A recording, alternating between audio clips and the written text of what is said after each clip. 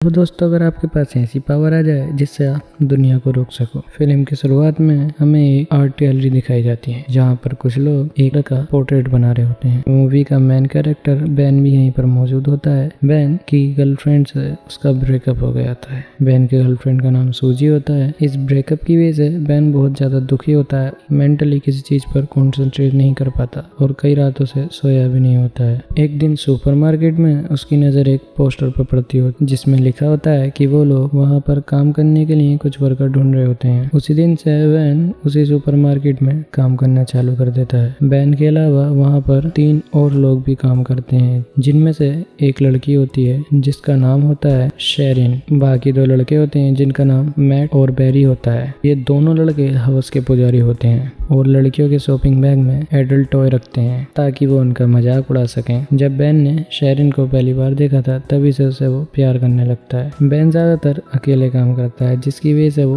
Bore होता है और अपने काम पर फोकस नहीं कर पाता, इसीलिए वो इमेजिन करने लगता है वो टाइम को स्टॉप कर सकता है। ऐसे सोचते सोचते उसके सामने की हर चीज फ्रीज हो जाती है। घूमते घूमते वो लड़कियों के पास पहुंचता है और उनसे अट्रैक्शन महसूस करता है। वहाँ पर मौजूद सभी लड़कियों के कपड़े उतार कर उनकी स्केचिंग करता है। अपना काम पूरा करने के बाद वो देखता है कि उसका बॉस भी फ्रीज हो गया है। तब वैन उसे उठाकर एक दूध के गिरते हुए जार के सामने रख देता है। वो टाइम को नॉर्मल कर देता है। हमें बेन के बचपन का सीन दिखाया जाता है जिसमें बेन की बेबी सिटर हर वक्त नंगी घूमती रहती थी।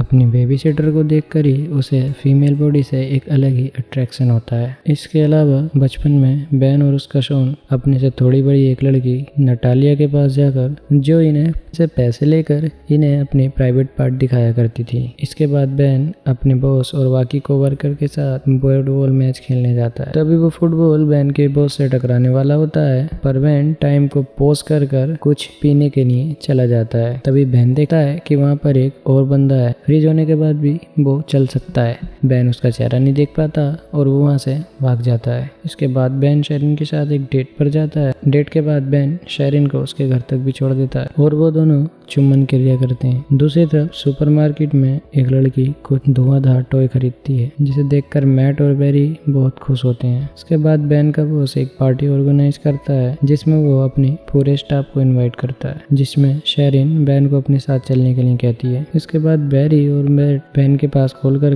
उसका मजाक करते हैं। वो लोग एक आर्ट गैलरी से बात कर रहे हैं जिसमें वो बेन के पोर्ट्रेट लगवाना चाहते हैं। बेन भी ये सुनकर बहुत खुश होता है और वो ये बात शेरिन को बता देता है। इसके बाद वो लोग पार्टी में जाते हैं। बेन देखता है कि उसके बॉस ने एक स्ट्रिपर को भी बुलाया होता है। ये स्ट्रिपर और को नहीं बल्कि नटालिया ही होती है, जिसके अंग बचपन में बेन पैसे देखा करता था। इसके अलावा वहाँ पर बेन की एक्स गर्लफ्रेंड सूजी भी मौजूद होती है। सूजी बेन से पिछली बातों के लिए माफी मांगती है और उससे कहती है कि क्यों नहीं हम पैचअप कर लें, और उसे एकदम किस कर लेती है। बेन हड़बड़ा जाता है, उसे दूर हटाता है। शेरिन ये सब दूर से देखकर गुस्सा होकर वहां से जाने लगती है। तभी बेन टाइम को स्टॉप करता है और उसके आगे जाता है, लेकिन उसकी समझ में कुछ नहीं आता है कि वो क्या करे, इसलिए वो टाइम को फिर से नॉर्मल कर देता है और वहां से चला जाता है। इसके बाद बेन शेरिन के घर में जाता है और उससे माफ़ी मांगता है, पर शेरिन उसे माँ बहन की गाली सुनाकर उसे वहाँ से भगा देती है। इसके बाद वो देखता है कि शेरिन काम पर नहीं आई है,